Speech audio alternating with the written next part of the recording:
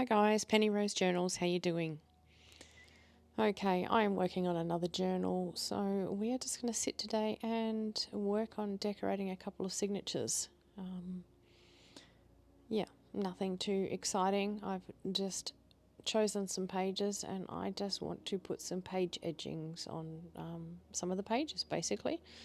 So I'm just going to sit and do that, and if you would like to stick around and have a look through these couple of signatures and see what I'm doing, you're most welcome.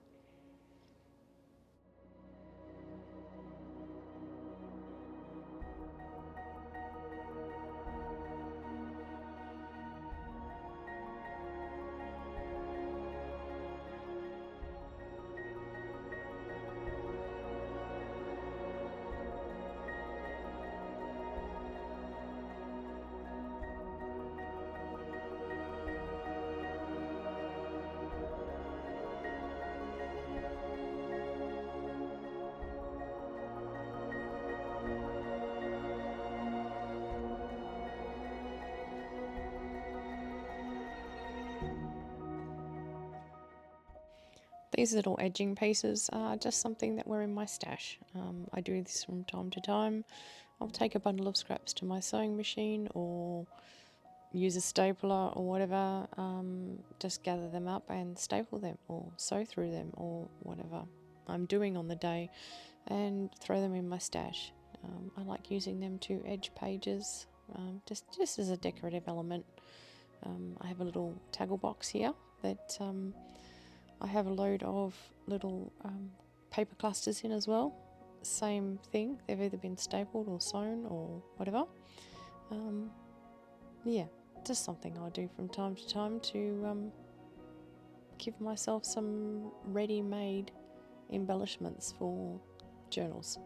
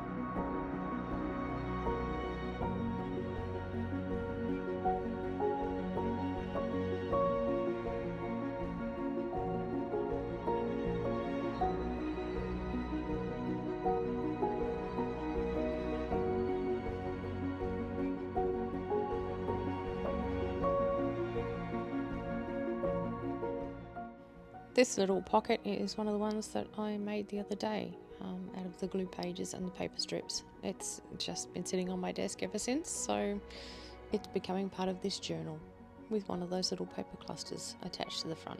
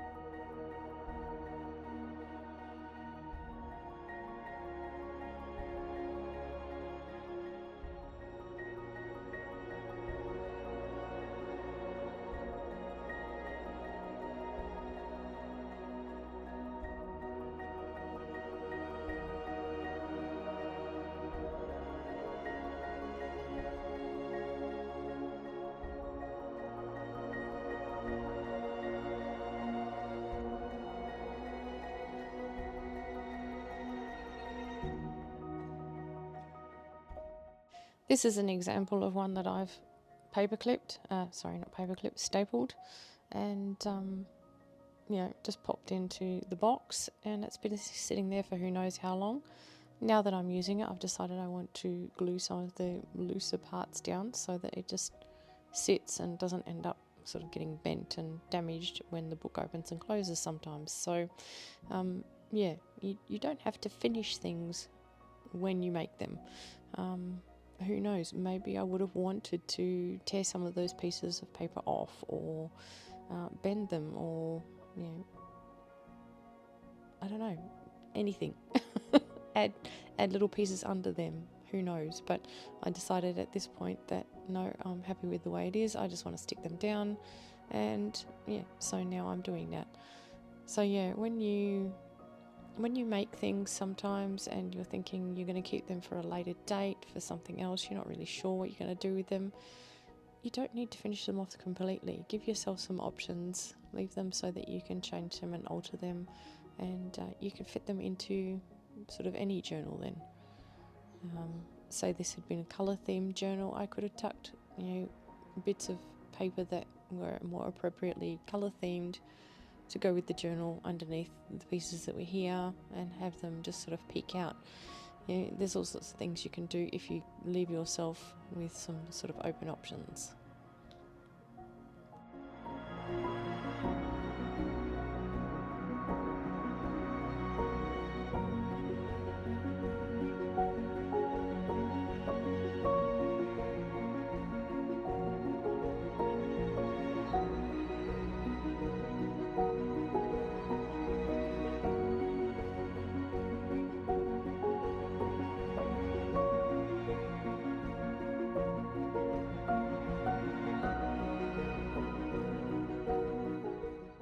These are offcuts of cookie paper that have had some what I call sticks sewn on them, just because. I'm just going to glue them on the one side so they're kind of a tuck. They're not going to be glued at the top or bottom, just down that page edge. That way you can tuck tickets or receipts or something under the edge of them, and they will stay in your book nicely if that's what you want to do with them. I will end up chopping off the overhanging bits that poke out the bottom of the book when I finally get around to finishing off my signatures.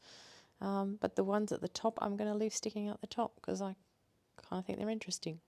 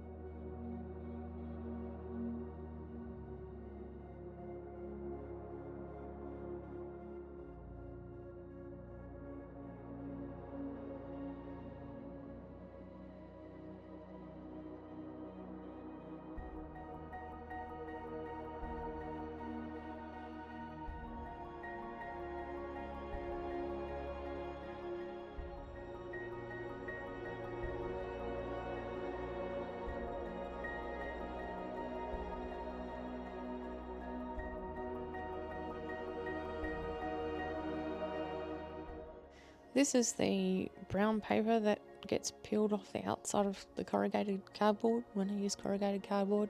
It's just sitting on my desk from when I made those little books the other week. I'm just going to use a piece of that and stick it on this page because I felt like it. It does have a little bit of texture to it. I just like the look of it here, so that's where it's going to live.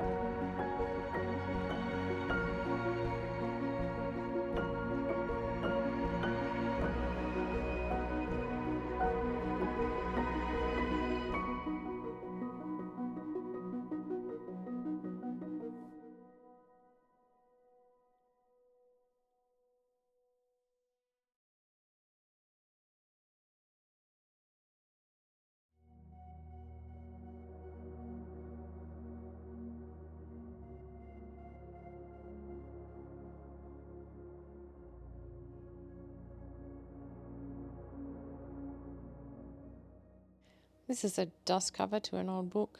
There's just a couple of holes in it. I just want to patch it up. Yeah, it can be used as writing space in there on the other side. I mean, you could write over this black side with a white pen if you so desired. But yeah, mainly it's in there for decorative purposes. And yeah, you can easily tuck things in under the flaps and paper clip them. Yeah, it's just something a bit interesting. I'm just going to use a bit of this brown paper that's peeled off the corrugated cardboard to patch up that hole, just so that there's not a hole in my page, and call it a day.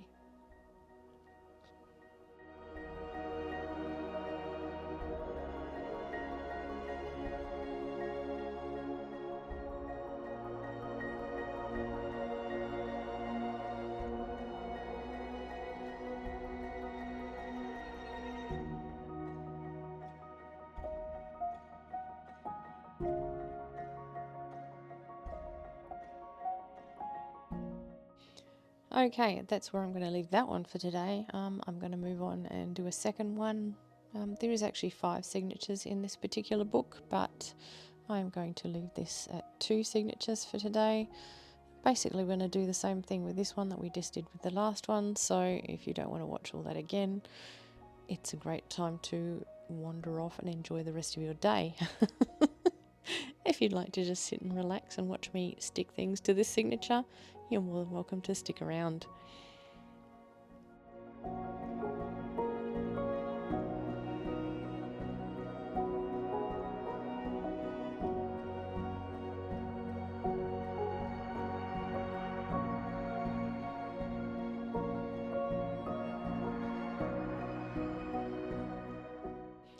This is a large ruffle made out of a tea bag.